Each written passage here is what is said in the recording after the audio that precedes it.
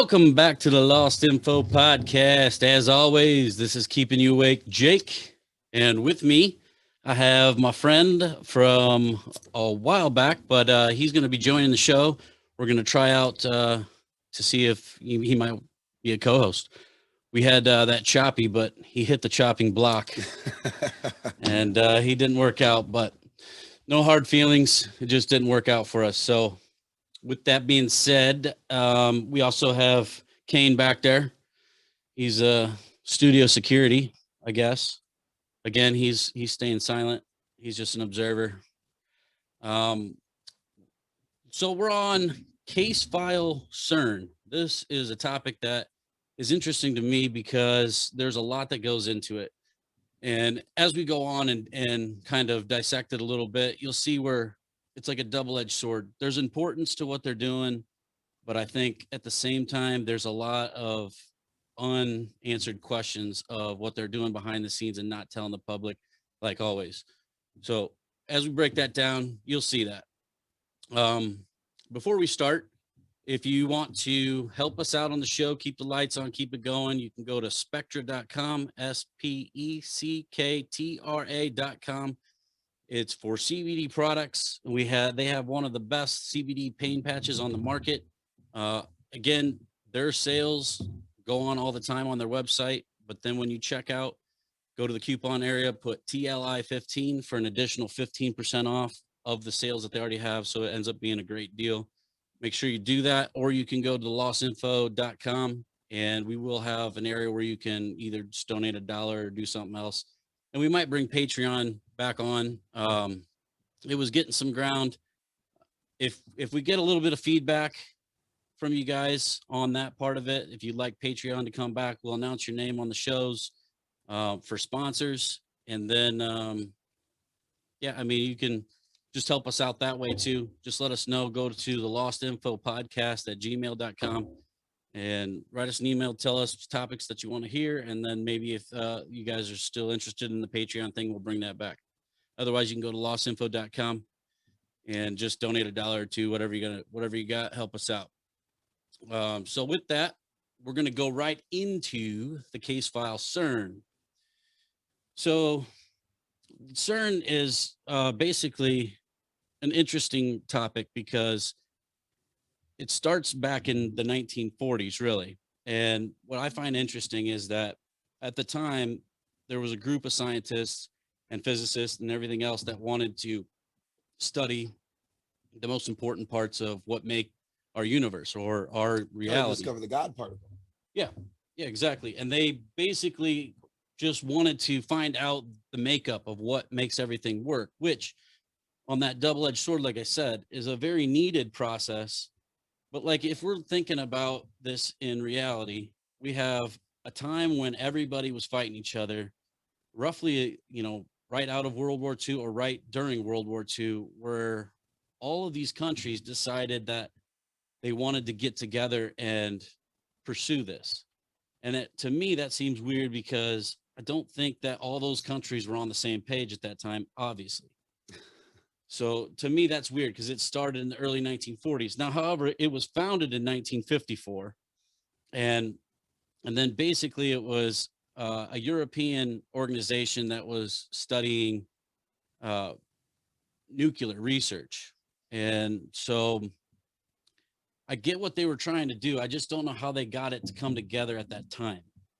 And so that part makes me question a little things. There's 23 member states, and it's basically right off the Switzerland border, and it's right by Geneva. Ironically. Yeah.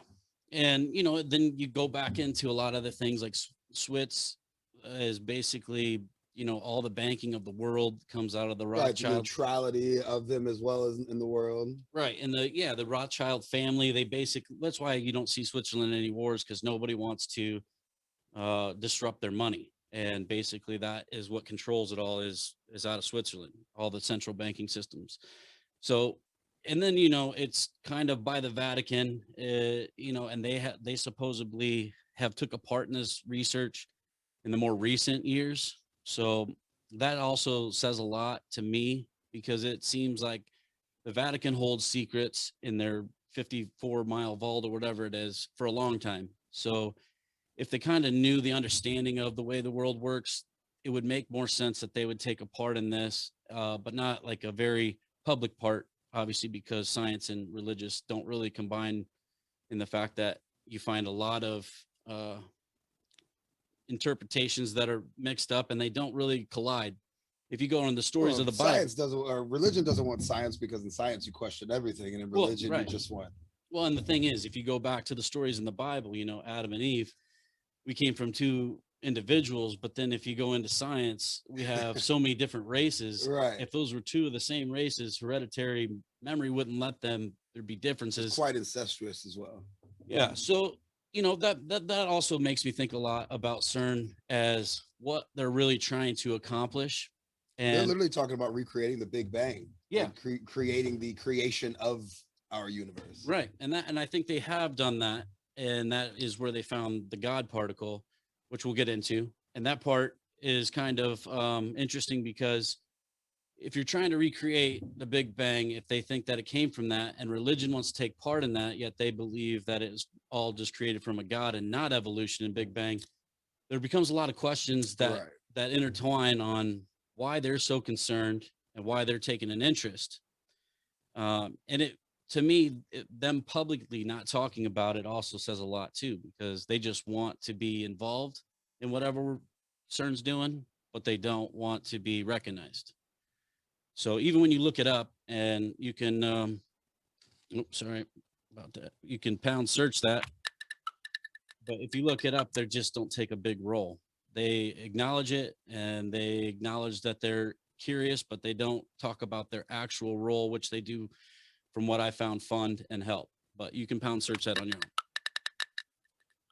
But so anyway, this facility is massive.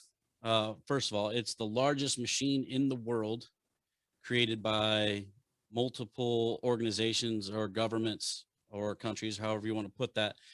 And it costs 1 billion a year to operate it alone. So that alone says, you know, it's an overtaking that's huge. And the director has spoke out saying that in the future they want to try to open portals to view into other dimensions. That's exactly what they're doing. They're opening minor Yeah. micro black holes is what they said they've from what I understand have literally already been created. Yeah. Like it's micro black holes where you can, it's interdimensional.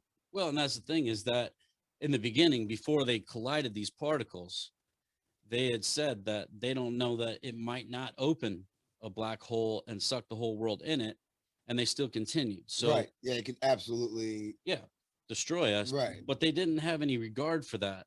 And from what it sounds like in more current times, that they keep pushing the envelope to a point of Almost like they're trying to. yeah, they just don't really care, or they know what will happen already based on The evidence that they've gotten thus far. They could pretty much have a good solid hypothesis for the direction, the trajectory it's going. or they've already viewed into other dimensions, on the dimensions, or at least at the like maybe have the like the bending of like fabric, rather, you know what I'm saying, like the bending of fabric, rather than necessarily like you said, where you're opening this portal and you're going to travel into it, you at least have the viewing window to where you're like folding the fabric of time and space, sort of thing. Well, and they might have already peered in that, you know, in our past. The elites of the world, I definitely think they have private access to. There's a lot that's tied into time travel with this and that. Oh, absolutely. And so you could be peering into the past, knowing that we've already done this and it didn't destroy us, type of thing. I mean, again, those become like some paradoxes and weird things, but a lot indicates that they're doing bizarre things there. Absolutely.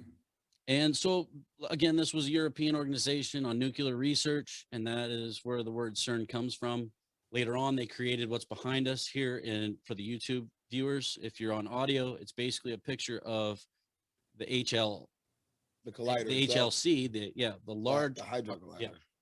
The LHC, sorry, the Large Hadron Collider. And so they're basically just hurling beams of protons at one another. It's literally a proton. It's a 1 with 19 zeros behind it is how many protons it is. I don't even know what that number is.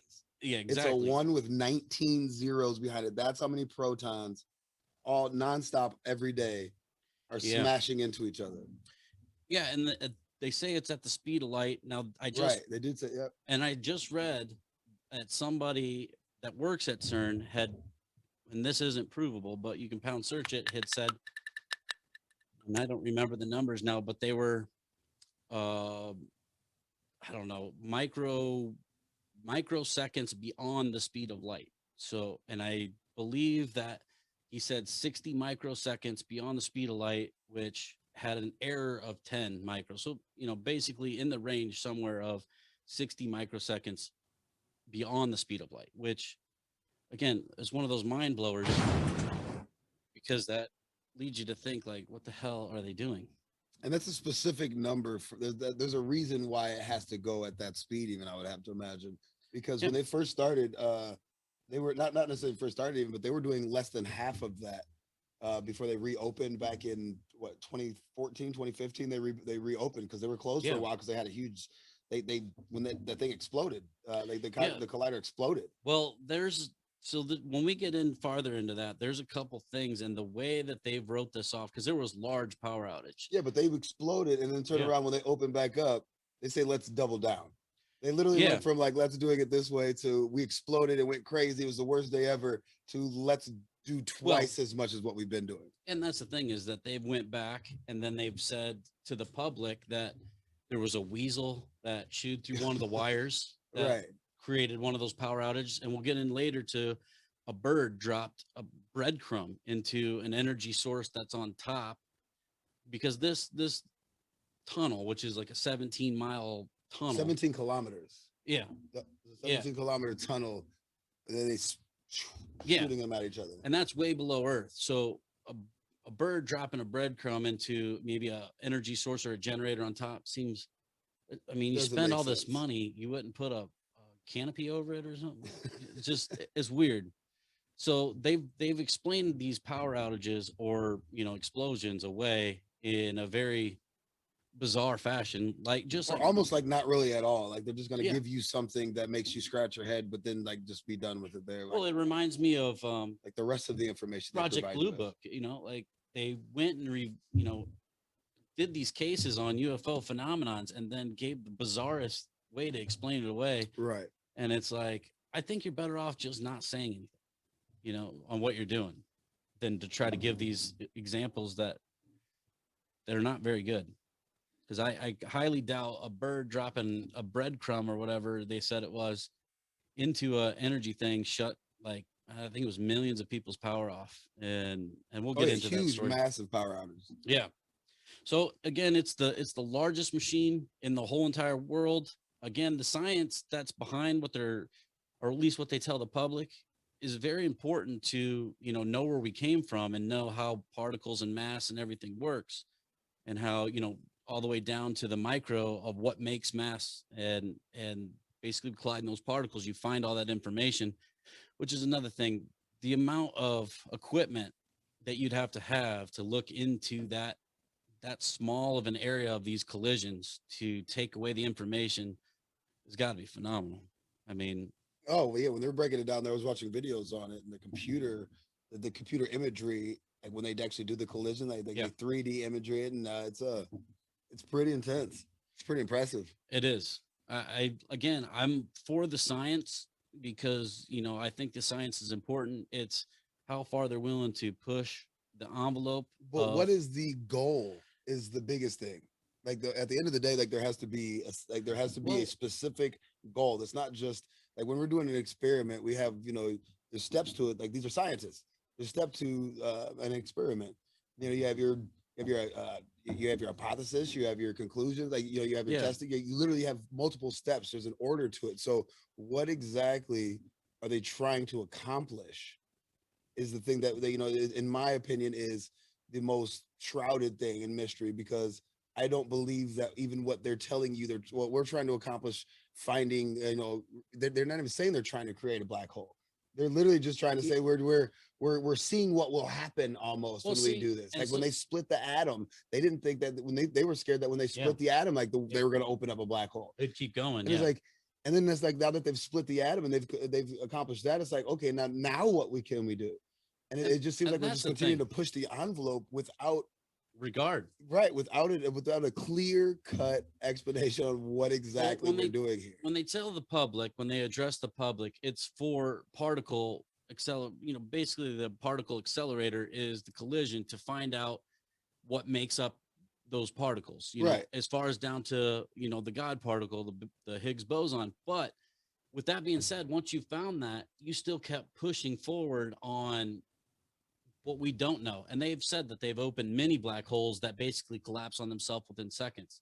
Right. And then even the thing with you don't know that. Right. You can't, and really could you even buy that? Because like, it's again, like you said, how can you validate that if it's just going off of what they're telling you? Exactly. But they're looking through black holes. Like obviously the black hole is one of the most, I don't know, like elusive things that, it's, you don't really know much about the black hole. And they say that once you get into it, like it's going to rip you apart, rip you to shreds, essentially, like stretch you to the point of where you just dissipate.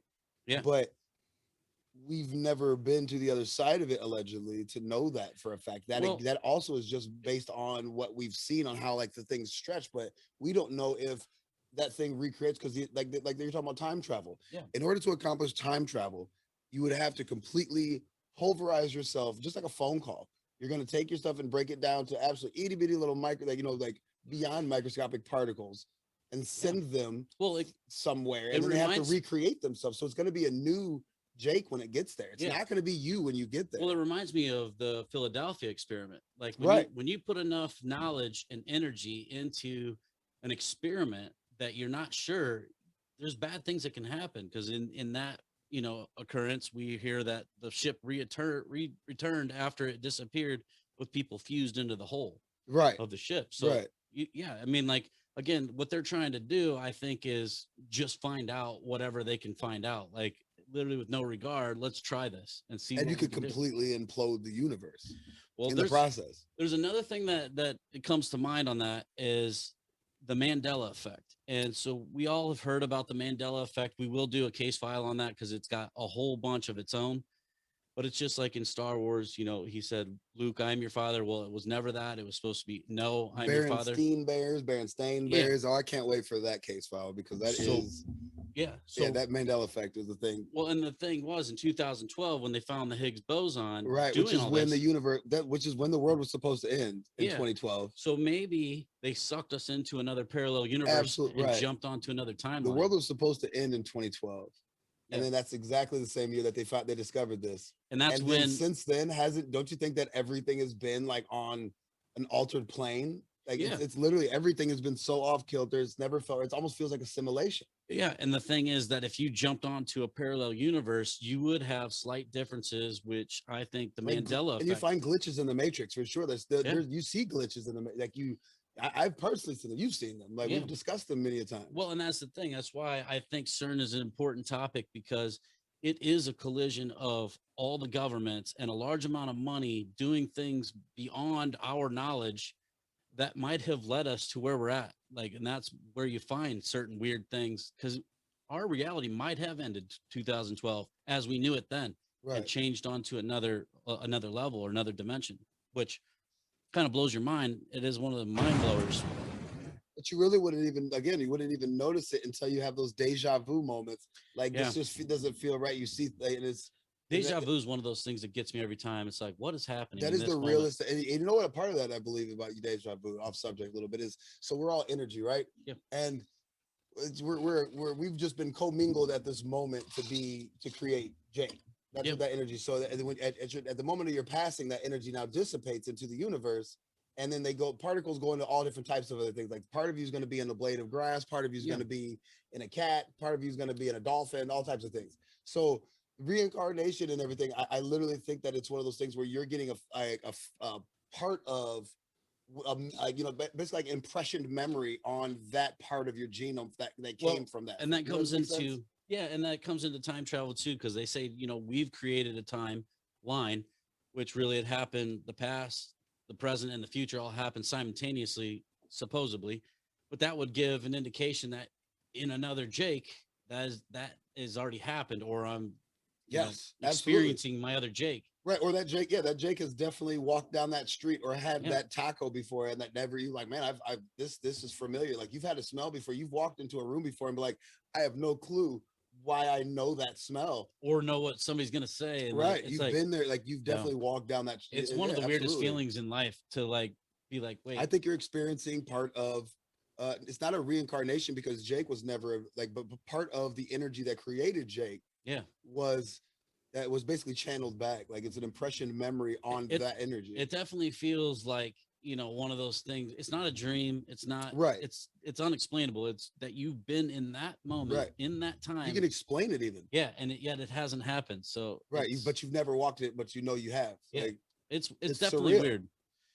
I think that a lot plays into this with CERN. Be honest, I know that deja vu has probably happened way before CERN, but I'm thinking that the CERN has altered some conscious realities that come tie back in. I'm pretty sure deja vu has probably happened since the beginning. Oh, of deja time. vu's been around absolutely forever. There's been movies about it. Yogi Berra said deja vu all over again. Yeah. You know what I'm saying? But at the same time, one in 2012 with the CERN situation, and then like I said, they reopened back up in 2015, I think it was 16, somewhere in that world. It was after the 2012 because of that explosion that they Yep. opened back up, and now like I said, they're doubling down on everything, and that's not your normal idea. It's like you as a fireman, it's like, okay, we're gonna do a practice burn, we're gonna do it like this, and then all of a sudden it's like, oh well, that went crazy and you guys failed the whole thing, so let's double it next time. Yeah. Well, that's the Like, thing. that doesn't even make any sense. Like let's at least be able to to understand what happened the first time before we just jump off the deep end. I would hope that they have a better understanding of what they're giving the public, but I don't think they do, because it's when you're talking about moving particles past the speed of light and colliding them at that rate, there's no way you know what happens No. until you do it. Right, and that's the science of it. Yeah, that's literally the science. How do you test the vaccine? Stick it in your leg. Like it's literally like it's at a certain point you have to jump off the bridge. Like you have to figure it out. Yeah. Well, here's some of the facts on it. So you never know if a parachute's going to open unless you jump out of a plane. Exactly. Well, exactly. And so that becomes a pretty hard thing to grasp, that science is like, hey, let's see if we can destroy this earth destroy the universe in one experiment, Right. But some of the facts, with that being said, though, I think that there are outs. I think that they know more as far as what the results are going to be, and if there is the worst case scenario, like let's just say like a Chernobyl event, but in a massive, we're going to open a black hole over Earth. I firmly believe that the colony on Mars that doesn't exist will be just fine for the elites. That is, an out. Yeah, there's got to be the back door, the arc, if you will usher them, into the Elon Musk. There's got to be something, a plan B here, you would think. Do you think that Elon Musk is involved with this?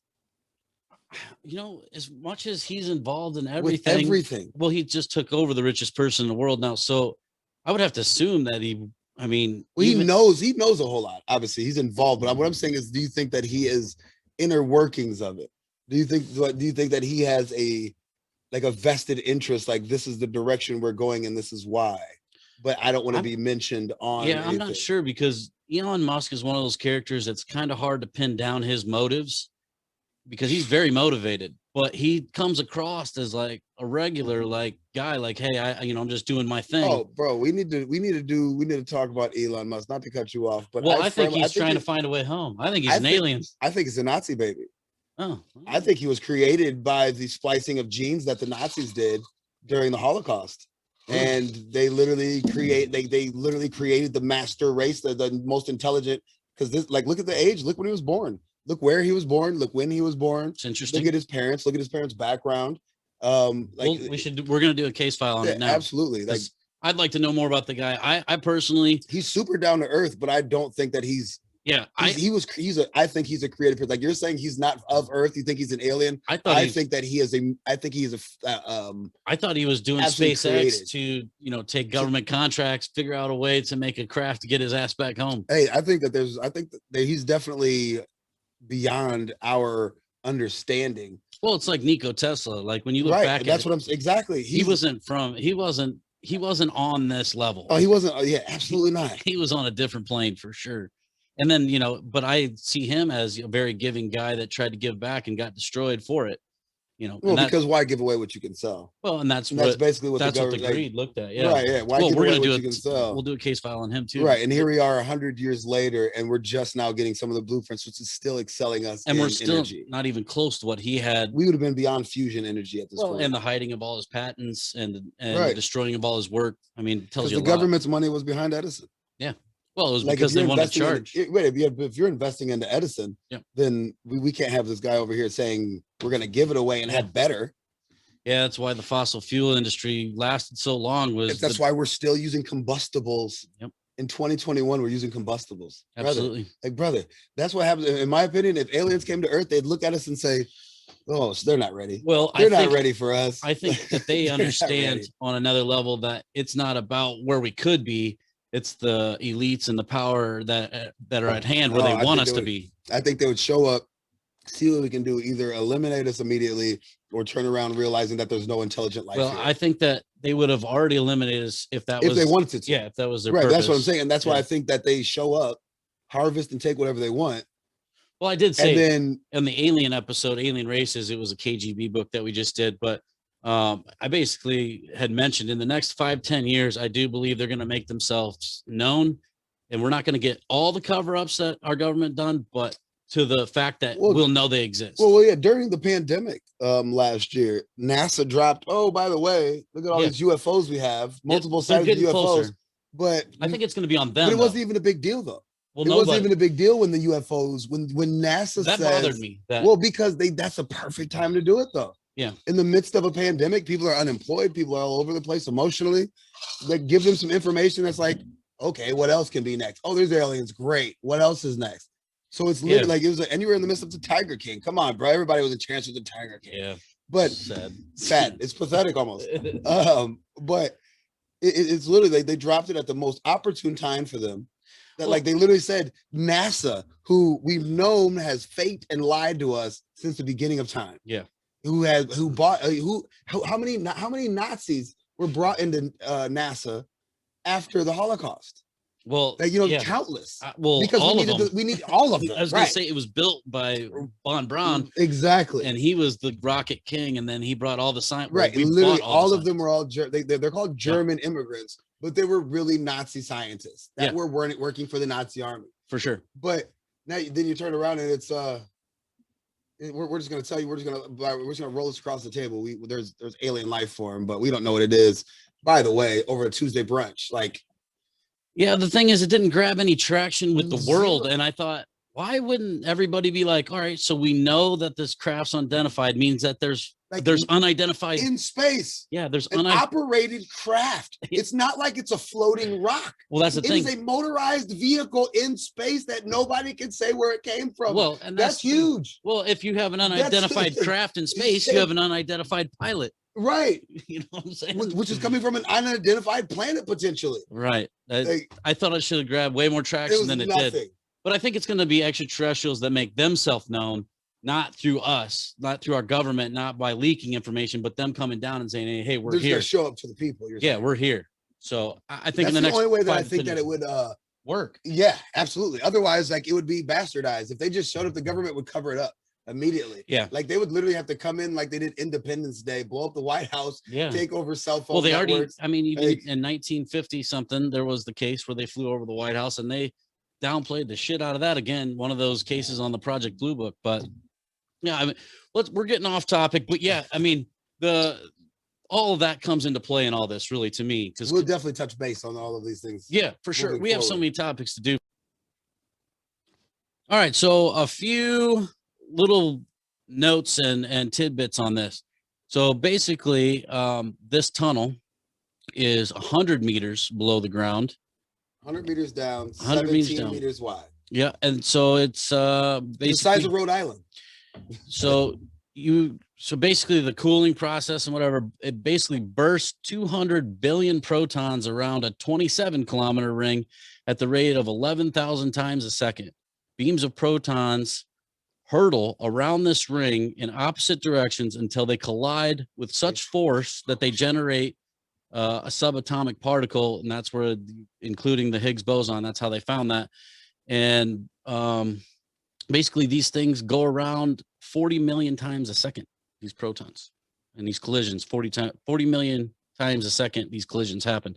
So the numbers 40 million times a second yeah through a 17-kilometer tunnel. yeah it's Like crazy. these things are literally just blazing through there. Yeah, blazing through. What did you say? 60 microseconds yeah short, like faster than the speed of light. Well, they say right now that, and I don't know where this number is. It's written down somewhere or it's on the notes, but it's just slightly under the speed of light, what they have recorded. But the guy that worked there said that they have moved it in the current times past the speed of light, 60 microseconds past. Which there's definitely a significant reason why you changed. Yeah. You doubled up the amount of protons you're sending through and you sped it up. But you sped it up so that if you're speeding it up beyond the speed of light, like that's where you go into like the looking into like trying to fold fabrics of time, in my opinion. It's that's just when like you're trying to look through something. Well, when it's you're like doing it beyond light. It's like Ant-Man when you're going down below an atom and below a Higgs boson, you're down into another dimension of time and space. And so, yeah, I think that's basically what they're trying to figure out. So the Higgs boson was the most important part of this whole research, was to find out that, and that was actually a theory back in, I want to say, well, here is it, before the discovery of the Higgs and July 4th, 2012, when we say a lot of things had changed, physicists had a theory, but no proof to explain the elementary particles like electrons and quarks and how they got their mass. In 1993, a Nobel Prize winning physicist, Leon Lederman, he's the one that he had said basically that he made the theory of this Higgs boson, yet it had no proof. And he called it the goddamn particle. Right. And that's actually where it's got its name. It was too controversial, so they switched it to the God particle. But then there's a lot of people that are in the religious realm that don't like. I think that's the best thing to call it, though. Like again, it's literally you're recreating the Big Bang. Like that's so. Of course, religious people don't want to call it that because that would then eliminate religion. Yeah, as a whole. And that's the thing. Like I firmly believe in the Big Bang theory. It makes the most scientific sense. The religious community is one of those communities that I don't really like as I get older, because they will not change a narrative and they will not. They've been basing it off of a book that was written thousands of years ago, yeah, and nobody knows it. So their entire life that was written by man, not God. Oh, it was written by multiple men, and then edited by men, and then edited by kings and elite men, and then monetized. Yeah, and then rewritten. Right, and then rewritten to suit different needs and wants. And, so religion is so that's why that part kind of pisses me off. Show. But then them being involved in a lot of this also gives me a lot of questions. So with that, the biggest discovery of the Higgs boson, basically breaking it down to how we get matter in our mass and how it all comes together. With all that being said, and everything that we've done, they openly say that we still are 95% ignorant on how everything works in this universe as far as particles and atoms and everything else. So even with the mass discovery of the Higgs boson, it's still. All right, we're having some technical difficulties, but we'll merge this back in together for you. A little bit of an issue. So we were on the Higgs boson, and basically where we left off was that, after 70 years of research and finding the Higgs boson, we're still 95% ignorant to what makes everything work. Discovered even what the information we have. And that's another thing, is the dark matter that ties everything together is the biggest mystery, because there's no way to research that. And yet we know that everything's tied together in some form of a fashion. So that becomes an interesting concept that we really don't know anything, but yet we're trying to find some things. And again, the experiments, who knows what they really do to our fabric of reality. So another interesting thing that I like about CERN is the World Wide Web was created by all the scientists at CERN. Now, it's not the internet itself; it's the connection, The network. the network was created within. by the Yeah, site. Right. so the web itself, Right. and that was in What the internet 1989. travels upon. Right, and that was in 1989, based on a lot of physicists at CERN and how they could share information with one another. But that created what we know as the web within the internet. So that actually is pretty cool. Um, but that wasn't any kind of research per se at CERN. It was just the sharing of information. Well, yeah, it was based on their intranet that they had created for their own network, personal network Yep. inside, and saying we can expand this to the world. Yep. And so one of the directors, they openly admit in the future they would like to use the LHC, the Large Hadron Collider, to view into alternate dimensions. Right. And with overlapping dimensions. And with a director saying that seems kind of weird, first of all, because it means like, to me, they already have. They're just trying to slowly desensitize you to the idea, basically. Right. Like, you wouldn't say we're going to look into the future. We're trying to travel through unless time you've and had space, unless you've already done it. Or something shows that you can. Right. You saying something like that would cause a mass hysteria with most markets. Yeah. So again, it's kind of like, it's just like everything else. You kind of muddy the waters. You give information, there's misinformation, and then you kind of slip stuff in and intertwine it. And basically, like Jake had said, basically just kind of desensitize you to this is happening with or without your approval. So at CERN, there's 12,500 scientists from over 110 nations that collaborate with doing all this. And again, like when this was first done, to me at the time, I don't think everybody was on the same page. So it's just I think you had a co-mingling. You're talking about just a handful of years after World War II. So you have, and the idea was during World War II. So. Right. Well, it absolutely was. I think like Hitler was so like literally so like his whole thing was about advancing science. So you take all of you take the Nazi physicists, you take the Russian physicists from the Manhattan Project.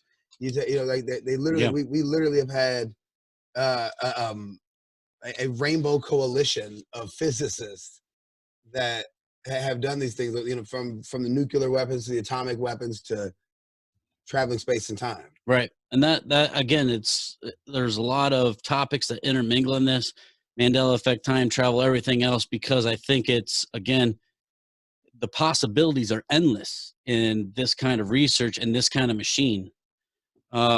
So in an interview, Neil deGrasse Tyson, which we all know him as, the space guy and physics and everything else, that he gets asked a lot of questions in an interview, he said that the experiments they do could explode this planet. So even him that's on the inside, from basically that statement, says he doesn't necessarily agree with what they're doing either, which I also find interesting, because if anybody knows a lot about that, would be Neil deGrasse Tyson. So in a place in France, in ancient times, they had the Palace of Apollo, where it was said to be the entrance to the underworld. CERN happens to be located very close to this temple of Apollo.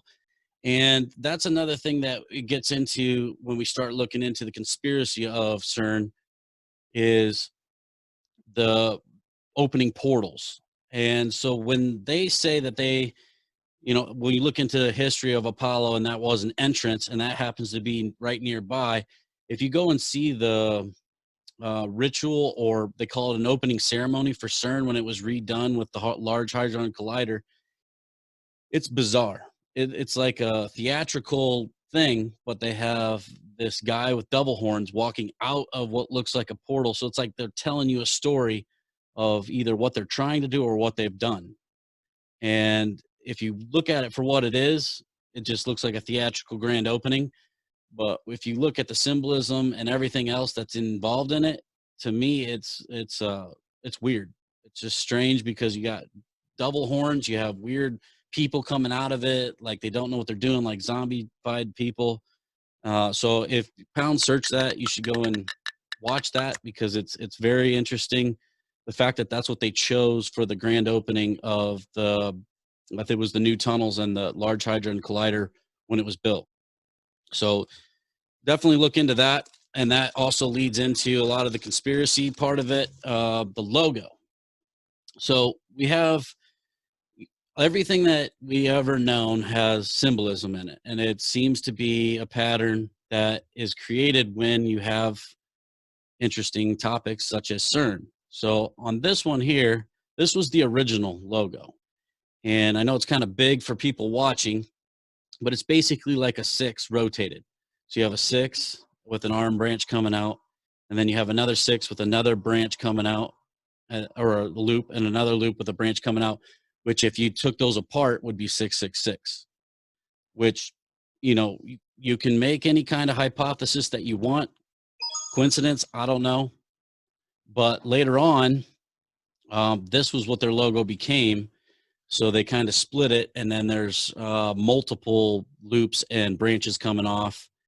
Kind of looks like a 69 or multiple 6s, but it was like maybe the original logo was just too revealing because it's literally just 3 6s rotated. And so maybe that's where they came up with this one. If you're on YouTube, you can see what we're talking about. If not, it's basically the same logo split apart, and they say it's to show the Large Hadron Collider ring and then branches of things coming off. But to me, it kind of resembles, especially the original logo, resembles 666. So if you were trying to open a portal to hell, it's absolutely 666. So the original one is pretty bizarre because it's literally just 666 on top of each other, and then the other one is split apart. You can go to the YouTube channel and see it if you want, or pound and search it. You can find out their original logo and the logo they have now. So with that, there's tons of speculation on what they're actually trying to do. Like we were saying, a lot of things that aren't given to the public. Another interesting part that ties into the whole conspiracy of things is the statue they have out front of Shiva. Now, in the story, India gave them this statue as a gift.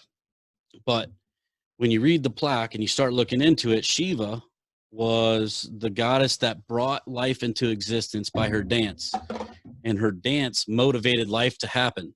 So that part sounds all good, except for in the end of Shiva, she didn't create, she danced the world into existence, but then destroys it. Destroyed it in the process. So it's like almost like this is saying this is the dance of finding everything, and then being, to me, it's like being that it's, you know, these experiments could end the world is, you know, exactly what the statue kind of represents, is dancing into existence, playing around, motivating the dance, motivating life, and then destroy it. So it's kind of weird that that happens to be what's out right out front of CERN. But isn't that at the end of the day, not necessarily the destruction of Earth, but the ability to do all of that? That's the element of science. Yeah, like science is God. It's either God, the biblical version, or it's science. Well, and science does exactly what God can do. God can smite the entire world and then eliminate it in a blink of an eye. Well, as a scientist, I believe that it was created by this. We can do the exact same thing because we are self-God as scientists. Well, and I think that basically people from India and their beliefs, I think they were exactly trying to say that, like, this is phenomenal, but yet you could do horrible damage with it, you know. And it was probably a lot deeper than just the narrative that we just gave this as a gift because we respect what you're doing, and we promote the study of science, which I do too. I promote the study of science to an extent. Like, there has to be a point where you say this isn't a good idea, but they don't, from everything that we go into. So now on the portals, the director also said that they could open a portal in a fraction of a second, and they already did. And this was a quote, I think, in the interview that he had, and it was kind of like, you know, just, he didn't really explain on it, but he had said that they had already opened a portal in a fraction of a second, meaning that they maybe peered into another dimension. And saying a fraction of a second is, it's a misnomer in my opinion also. I think that and even if that's a black hole, you open a portal for a fraction of a second, I believe that they probably have, like, when you're talking about time and space, you're folding time. Yeah. A fraction of a second is an hour. Well, I was going A to say, fraction of a when second you could put, be a day. I was going to say, when you put time into that equation of portals, Right. it doesn't It really relay. It changes the everything. entire, right. Your entire narrative of what a second is at that point is gone. So a second on our timeline exactly could be viewing a year in their timeline. Exactly. So they could have been doing this since the 80s, but we've only had a fraction of a second. Right. Because like it literally just goes into like exactly what you said. Our timeline seconds are not the same on every timeline. Well, absolutely not. And obviously, you know, we're still trying to figure out time. I think that they have a better grasp on it, you know, as far as what we don't know, but that would, you know, being that statement could mean all kinds of things. That could mean way different things than we literally opened for a second. We got to peer into it. But what you're doing there, though, again, goes back to the desensitization of it, because like we're telling you we did it. We saw something. Yeah. We peered into a different dimension. Well, that's Interstellar. It's literally, it's like the movie Interstellar with Matthew McConaughey. I love, right, man, fantastic Christopher movie. Nolan, something, dude. Like, absolutely fantastic movie. Like, you have to watch it 7 times to understand it. I swear, I relate to his movies more than anybody that creates movies because, you said the Inceptions, the Batmans, like, right. Yeah, the one that he just did with time travel, where they went back and they were like in different time. Man, I can't remember what that one was. I just watched it and I was like, this seems like a Christopher Nolan film. I'll have to look it up for you. I'll get back to you guys. Pound search it, Christopher Nolan films, but it's a newer one.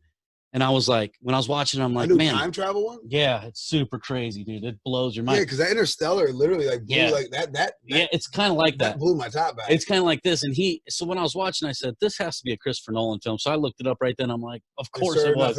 I said, of course it was, man.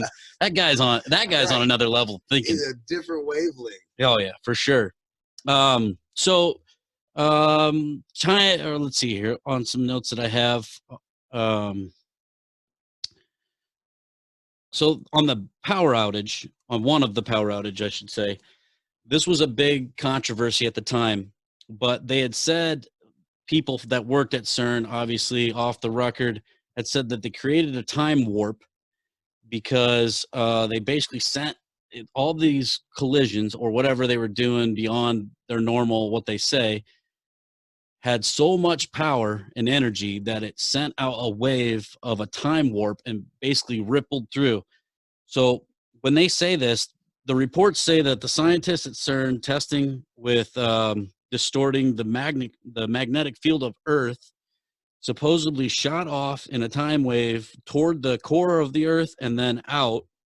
And as this wave shot out towards space, it would have intersected in an area in South America, hitting a plane that was basically, and this was supposed to land, it was descending in Bolivia, and it ended up in Spain. And there's no way to track because I think they buried the records, but somehow there was like 100 passengers on this bad boy, landed in Spain at the exact same time that they were descending in Bolivia.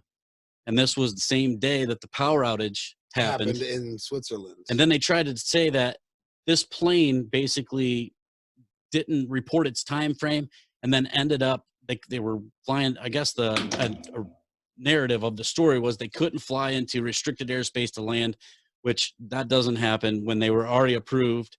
And then had to fly across the ocean. They had a flight path. Yeah, and then had to fly across to Spain and then flew back. They had a flight path before they left the airport. You can pound search that whole story. It's flight A7301, and it was in November 9th, 2009. And so again, the original story that they tried to put out was the bird dropped something in and the power outage, but this plane, you know, ended up 5,000 miles off course. And it went through a wormhole. Oh yeah, a time warp. That like it literally, like that's where again it might not be a necessary like we're going to go back to 1943 so much as we're going to be in the same present time but in a different dimension.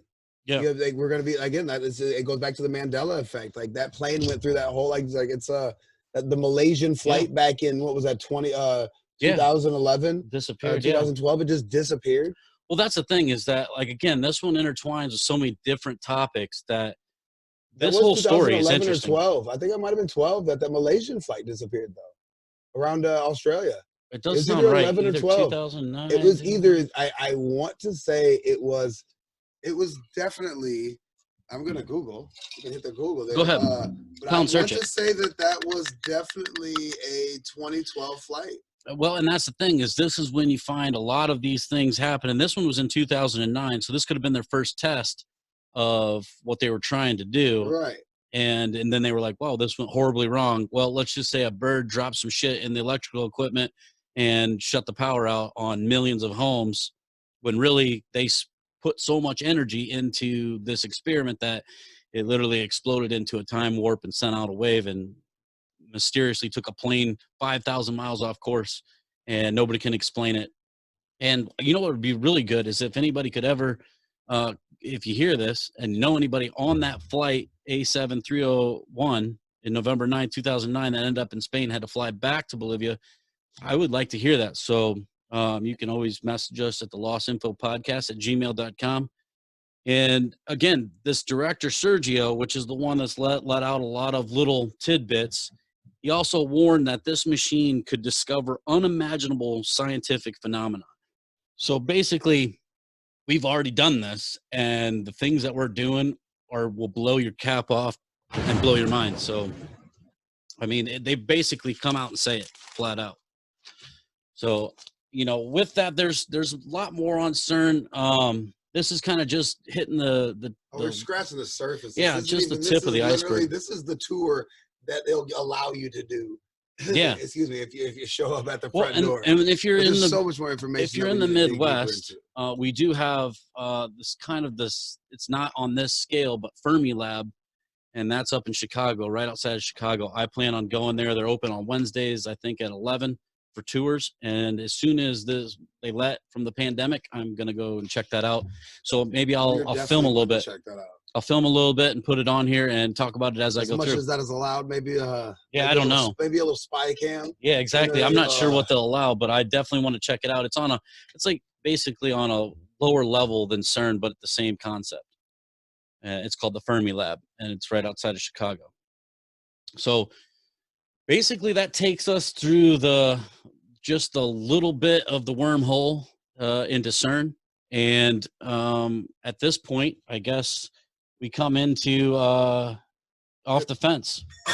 Have you ever seen, what was that? It was a Ben Affleck movie. Not Cellular. What was it? Gosh, he was re-engineering things. The Butterfly? No, it was Ben Affleck and Uma Thurman. Oh no, that wasn't Ben. I'll get it to you. Give me 2 seconds. But Ben Affleck, Uma Thurman, and he was an engineer, and he was re-engineering products, and they were gonna like wipe his mind afterwards. But what he was re-engineering was something for him to look into the future, and he used it to like give himself clues. Oh yeah. To can you do the paycheck is what it's called. Yeah, I do remember that one. That was a good flick. The guy that played Two-Face was in there with him. Yeah, that was a good flick actually. But see, that was literally it was something along these lines though, to where you have a company like that can bend this, like, so it's like, you know, the Titanic. One of the hypotheses about the Titanic is that when they said that they saw a ship in the distance, right? Yeah. But then they say, well, what they really saw was a hologram rather, of the ship in the distance that was bouncing off the ice crystals in the atmosphere and the ocean with the lighting, you know, with the pyros that they're shooting because of the flares. So they didn't really see it, but it was just because of the curvature of the Earth. So that's the same thing that you're thinking about with scientists. They're literally thinking about that. Like, think about that with time. Right. Like, you're just looking, if you can see ahead of the curve. Well, yeah. That's why we're going microseconds faster than finding out how to take time and bend it back together where you can jump through it.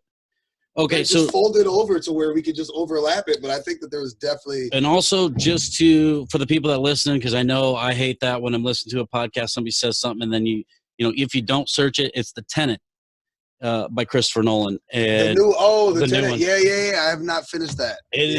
I had to go back and watch it again because I was like, wow, that is some serious like mind fucking going on there, and in a good way.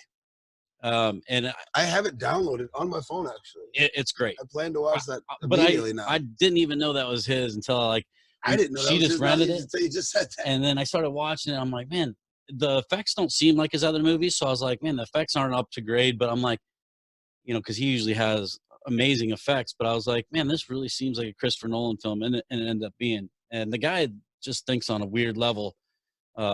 And kudos to him, because he's definitely one of the best Absolutely producers I've ever came across. I'm pretty much 3 of his films are in my top 5. So that's a lot. Yeah. 60% of your top 5 is art. And the other one's The Matrix. And right, we can't, and that's a, and so you know, a trilogy. So how can you even argue with that as one movie? Yeah, exactly. But with that, again, we're going to be on Off the Fence. We'll start with, and we might change this to Keeping You Awake, Jake and Jake. So, the plan. So Keeping You Awake, Jake, over here. Jake number 2. Yeah. Jake number 2 is going to get off the fence on what he thinks CERN's about and what he thinks that they might be doing. Okay. As a broad stroke, I would say that honestly, I think that they're trying to, they're trying to look into the future. That's honestly what I think. I don't think that they're necessarily trying to destroy the universe so much as they're trying to fold the fabric of time and space to benefit potentially the elites of the world, or who else is financing it. Yeah. Like you said, it costs $1 billion a year to do this. Just to keep it running. Where does the money come from? The silent investors? It is. They say that they say it's Switzerland, from, so it's all ambiguity. Well, they say it's the 23 member states and other interests. Right, but it's ambiguity. The ambiguity of it, though, literally, you don't know who's involved. Right. So you don't know who the major investors are. It you could literally be Elon Musk and like that's like, it could just be his organization. It could be we don't really know. George Shapiro, you have no idea who's right. It was structured as a council, and there's supposedly 2 members from each 23 membering states that decide on everything that happens, but we don't know that for a fact. You don't have a list of those names either. Yeah. Well, I found searching because I didn't find that. I did not find a list of. I didn't even find a list of like who is in charge. I found directors. There is a list, but the directors aren't even in charge. Yeah, there's a list of are just in charge of the physicists. There's a list of the 23 membering states, but it doesn't say who the 2 members from each state. Right. Who are the representatives from those states? And I don't think that or all what their goals are. Like you would imagine that they would say like, if we're going to all agree upon our objective, it would be a blatant and obvious and understood objective. Yeah. But why is that objective not being vocalized? I think they just, basically when they find the, one thing that they want, they're just going to keep pushing and double down. Yeah, they said we destroyed the fabric of time and space in what was in 2012. Yeah. And we're on another timeline. We're on a completely different timeline. So now let's see what we're going to do. Which I think is very possible, because if you look at the world as we knew it before then, there's many different things since then, and the Mandela effect really took hold at that time. It feels normal since 2012. Yeah, well, and especially in 2020, nothing felt normal. But like the last decade, though, honestly, like 2020 was just that was the coup de grace, I guess you'd say, of the last 10 years. Yeah. But it's basically just like saying you're in for a treat the rest of the way out of here. Right. So my off the fence would be basically that. Again, it's the elites that had started this in a time when nobody wanted to come together, but they knew how important it was for their and to me, unfortunately, people say I look into the negative, but I try to be realistic, weaponizing time travel and figuring out how they can use it to their benefit. Absolutely. Yeah. And I hate to be that guy, but if we don't expose them and bring them to the surface to where everybody, is on the same page, like these people aren't in our best interest. If they're not going to weaponize it or monetize it, there's nothing they have no use for it. Right. And I don't think that they would spend $1 billion a year into something that they're not going to weaponize or monetize. And I would like to think it just makes no sense. We're going to do it for the sake of humanity. Well, I'd like to think that scientists and the science community would want to, scientists are there to get allocate $1 billion for study, but those scientists are employees. Yeah, exactly. Exactly. That was going to be my point, is that they're employees doing the research somebody wants. Right. And we don't even know who is in charge. We know the directors, but all the directors are doing are instructing the scientists and the physicists. Yeah, and So who are well, giving the directors instructions on it what becomes, the plan is? yeah, who's the funder and who Right. is, because that's just like The head of argument. the dragon, if you will. Well, that's the argument that I've had with Bill Gates, you know, on all of his things that's going on with him right now. He seemed like a good guy, yeah, sure, but the fact that he's involved in all the vaccine companies, he's now the largest farmland owner. What is his agenda? Because he's their boss, everybody. And he, you know, when they say, oh, well, they just get grants from him. It doesn't matter. You're the one paying them. He's not giving, they're not giving away for nothing. You're the one paying them. The only reason that you're going to continue investing money into something is, and even if you don't have the grants and you're the largest shareholder of that company, you're the owner. You just don't have to take any of the responsibility. You don't have the liability. You have the control with little liability. Exactly. And so there's a lot to be questioned there. And we've mentioned him a few times. I don't know what his agenda is. I honestly, it looks like complete domination. If you're looking at, you know, Bill Gates taking over the largest farmland owner, and then he funds Monsanto, and we're talking GMOs and genetically modified seeds. And we're talking about, we're literally talking about food modification. Yeah, and what you're taking into your body, you are being personally modified. If you control the food and the health, your DNA is being modified. Yeah, your DNA is being modified by this food. True. So it literally, whatever I put into the food is getting put into you. You are what you eat. Well, if you control the food and the health, you literally control mankind. So. Right, but whatever I put into the food can continue to. Well, that's in the vaccine too. They said that there was a.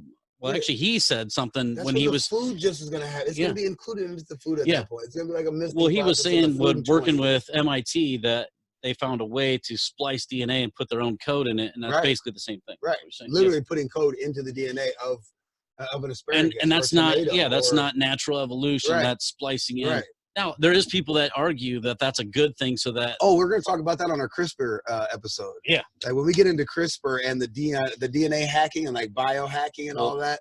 We have another episode to cover then. Yeah, we definitely. I don't know how. Like you should definitely. We're definitely going to have to cover that for sure. It's current going on, so yeah, we'll absolutely cover it. Okay, well, with that, we're going to go into the joke and smoke section. So if you have your bongs, bowls, blunts, pull them out, or your imaginary ones if you don't smoke. So yeah, definitely left mine. So basically we're going to go on to the fact that there isn't a lot of jokes on CERN. It does have me concerned. You already took a punchline from me. Yeah, so there's a lot of dad jokes, a lot of, you know, and I appreciate the dad jokes, I do. But dad jokes, but the one is the Higgs boson walks to a priest and he says, hey, you know, comes into the church, and the priest says, you're not welcome here. And he says, without me there can be no mass. So nice. And it wouldn't matter. And it wouldn't matter either. It could be no mass, and it wouldn't matter if there was. So yeah. So that was a delayed reaction on the response. My bad. But yeah, that one wasn't really in my actual notes because it's just wasn't that good. Just rolled off. But so another one is, so the question is, what if someone stole the Large Hadron Collider? It would be a matter of great concern. Yes. So, I mean, outside of those two, there really is no other punchlines. You really can't go for farther than that. Yeah, well, you could, but you'd have to be really creative and have time to write the joke. I didn't this week. I honestly, like, I usually try to do one that I wrote, and I just really, you know, there's a lot going on. I couldn't do it. I just couldn't figure anything out that was good enough to put on. So, but it doesn't matter. We'll be back next week. Exactly. We'll come up with some better jokes on the next topic. All right. With that, we are going to close on case file CERN. This is Keeping You Awake, Jake and Jake. And appreciate you having me for my first episode. Honestly, you know, I feel good about it. The Keeping You Awake, Jake and Jake just goes together. It sounds good. I like it. Rolls off the tongue. Right. Absolutely. So with that, Keeping You Awake, Jake and Jake, we are going to close this case file. Until next time, I'm out. I'm out.